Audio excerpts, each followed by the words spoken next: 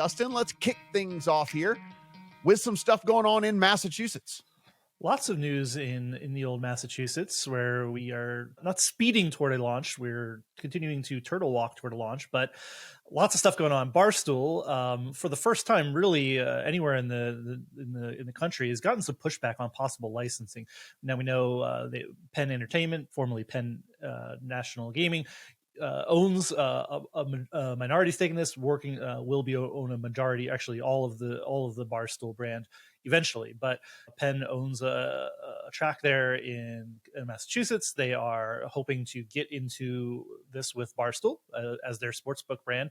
And again, this is the first time, and it surprised me that this is the first time that we've seen this, that there were concerns about the Barstool brand brought up. And as this is a broken record now, I think, on this podcast, this sort of comes out of the New York Times piece, the series of pieces that they did about the regulated sports betting market, and specifically a story done on Dave Portnoy, the founder of Barstool, who is still very involved with everything there. So they have questions about the suitability of Barstool as a licensee. They talked about, a Barstool college football show that has college kids at it with alcoholic beverages. It's pitching the sportsbook product. Just a lot of questions, and this is why I've thought it'd be interesting that we never really saw this. Penn has positioned Barstool as the quote-unquote marketing brand of the sportsbook and not actually the sportsbook, even though we'd all argue that's just parsing and semantics in large part. So they're getting pushback. They've not yet gotten their licensure. Not many have, but there are some real questions about whether this actually happens or not in Massachusetts, which if Barstool does not get licensed in a state, I don't know. Penn's got to probably reevaluate its relationship there and the brand, because if the brand that they have paid a lot of money to promote sports betting for them and to be the brand doesn't get into a state and is then causing them issues in getting licensed, like that's bad. That's a bad scene, especially in a place like Massachusetts, where it's going to be one of the few places to see growth in the sports betting segment in 2023.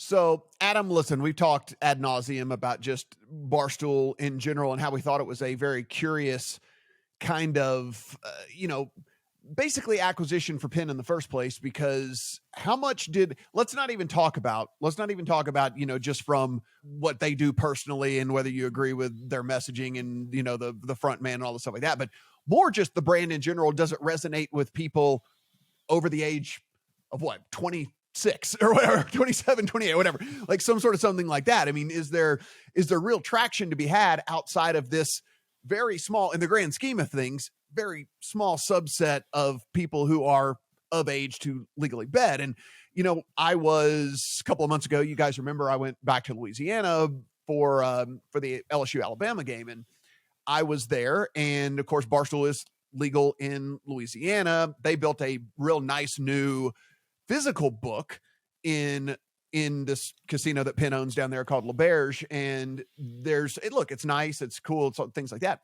Anecdotally, however, all of my friends and stuff had been, and just because it was a place to hang out and whatever, not a one of them had the app on their phone. Like not a single one had downloaded the app and had funded the app or kind of anything like that. And so it was like, there was no brand loyalty. There was no brand anything. It was like, oh, it's a place to hang out physically. But as far as like translating over to, oh, I'm going to go download the app because I'm either loyal or want to, support Barstool or whatever in the hell it might be, bonuses or this, that, and the other, not a single one had Barstool. And so I do, and they're all of kind of our age-ish in that age bracket. And I do wonder, just in the grand scheme of things, as Dustin mentioned, like not only just from this Massachusetts deal and all that, but just the overall branding, the overall reaching arc of this brand in general. Like, what is the upside? Is the upside what Penn thought maybe, 18 months to 2 years ago?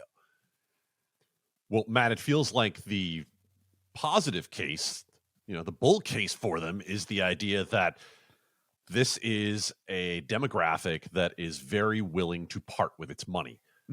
Right. Okay. So let's say that this theoretically 21 years old, wink, we're going to talk about that from Ohio in a minute, and up to 34. That's really what we're looking at here. Probably a 21 to 34 kind of demographic that they're very willing to part with their money. And I remember this from working in the casino industry in Las Vegas years ago. The problem is how much money.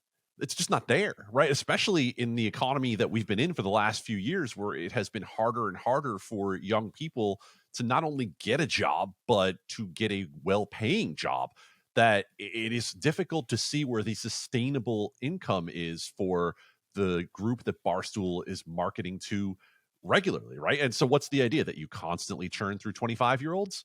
Right? They're only going to have so much money in the long run. And if you want to reach beyond that, Matt, you talk about your friends when it comes to having the Barstool app. Well, I'm someone who, when I go to a state that has legal sports betting, I'll download any number of the apps just to see what they look like. But guess what?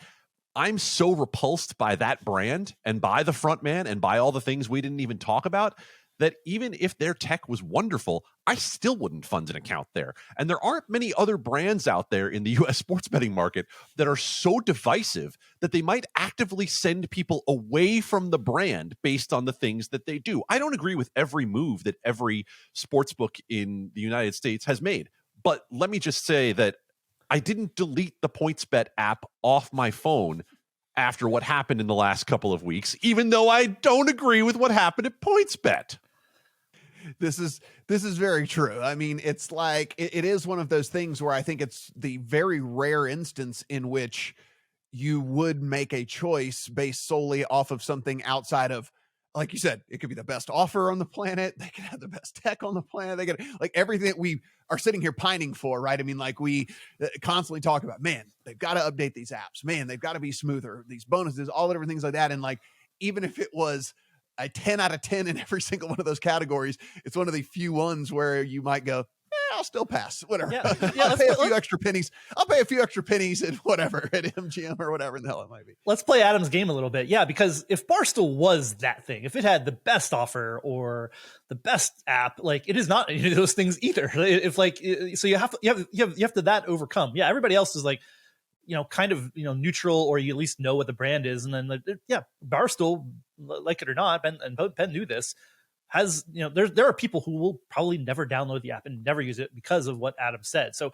you have to overcome that. And like, if you like, maybe, I don't know if it's the greatest app in the world or had the best live betting and all of that, maybe you can overcome that, but it doesn't do that. And I'm going to tease ahead to Maryland too. Since we have the first numbers there. Again, Barstool is supposed to be, they're supposed to, like, day one, convert all their customers into sports bettors, right?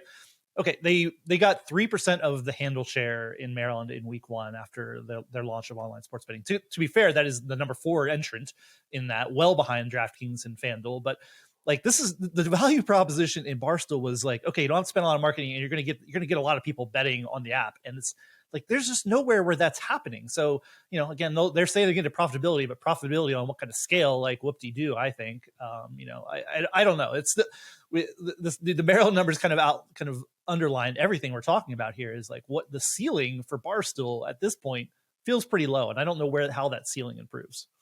So, and again, this isn't us just like piling on Barstool. One last thing, I did want to talk about one last thing on all this or whatever is, again, anecdotally, and just talking to, a couple of different people who do have access to whatever. Big time gamblers are always going to go where they're going to get the best number and the best whatever. So listen, come hell or high water, if Barstool ended up with a line that was off market on game X, Y, or Z, people who are betting a lot of money are going to go there regardless. It doesn't matter. If you're a casual bettor and you're casually betting, and like, it doesn't really matter the difference in, a 110 or a 112 or a 115 or a half point here and there and things like that.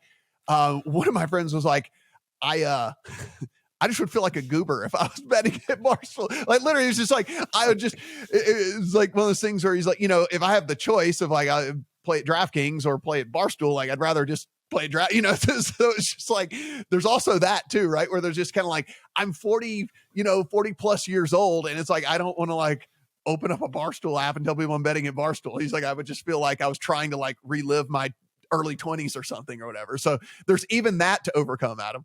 Well, let's hope it's your early 20s, Matt, because I teased what was going on in Ohio, and we have a story by Matthew Waters that just went up at Legal Sports Report right now, where maybe it's the younger crowd that we have to worry about too, because quote, from a letter from the Ohio Casino Control Commission. On November 15th, Barstool hosted the college football show on or targeting the University of Toledo campus.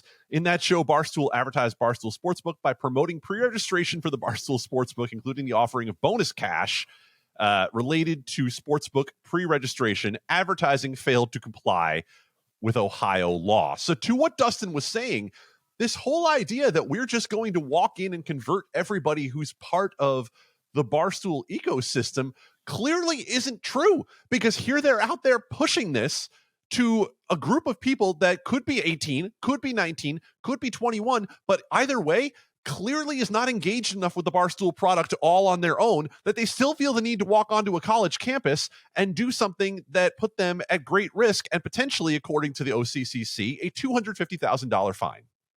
So, Dustin, before we get off of Massachusetts here and move on to the full story here on Maryland, who do we know that is approved there in Massachusetts, even though we don't know of a launch date quite yet, but who do we know is going to be available there? Yeah, first online operator to be approved, WinBet.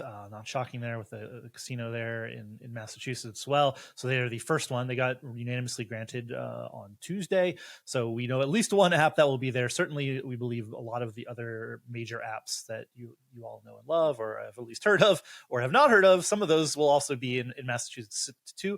We are still awaiting on launch dates for Massachusetts.